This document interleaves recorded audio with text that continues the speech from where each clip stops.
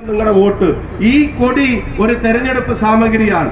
ഈ ചിഹ്നവും ഈ വണ്ടിയും ഒക്കെ തെരഞ്ഞെടുപ്പ് സാമഗ്രിയാണ്. പക്ഷെ ഒരു ബോംബ് എങ്ങനെയാണ് ഒരു തെരഞ്ഞെടുപ്പ് സാമഗ്രിയായി മാറുന്നത്? ഒരു ബോംബ് കൊണ്ട് എന്താണ് നാട്ടിലെ ജനങ്ങൾക്ക് കിട്ടുന്ന ഗുണം? ഈ തെരഞ്ഞെടുപ്പ് അടുത്തെത്തി നിൽക്കുമ്പോൾ ബോംബ് പൊട്ടി ഒരു ചെറുപ്പക്കാരൻ മരിച്ചു. ഞങ്ങളുടെ പാർട്ടിക്കാരനല്ല, പക്ഷെ ഒരു കുടുംബത്തിന്റെ മകനാണ്. ഞങ്ങളുടെ ബന്ധുവല്ല, പക്ഷെ ഒരു കുടുംബത്തിന് ബന്ധുവാണ്.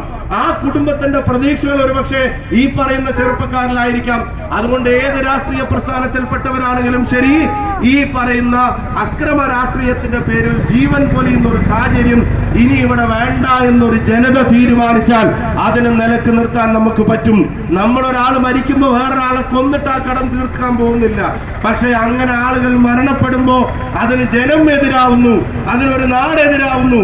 ആ നാടത് മറക്കുന്നില്ല എന്ന ചിന്ത വരുമ്പോഴാണ് ഇതുണ്ടാക്കുന്ന ആളുകൾ പുനർവിചിന്തനം നടത്തുകയുള്ളൂ. അതുകൊണ്ട് പ്രിയപ്പെട്ടവരോട് പറയുന്നു, വർഗീയതയും വേണ്ട, ബോംബിന്റെ രാഷ്ട്രീയവും വേണ്ട.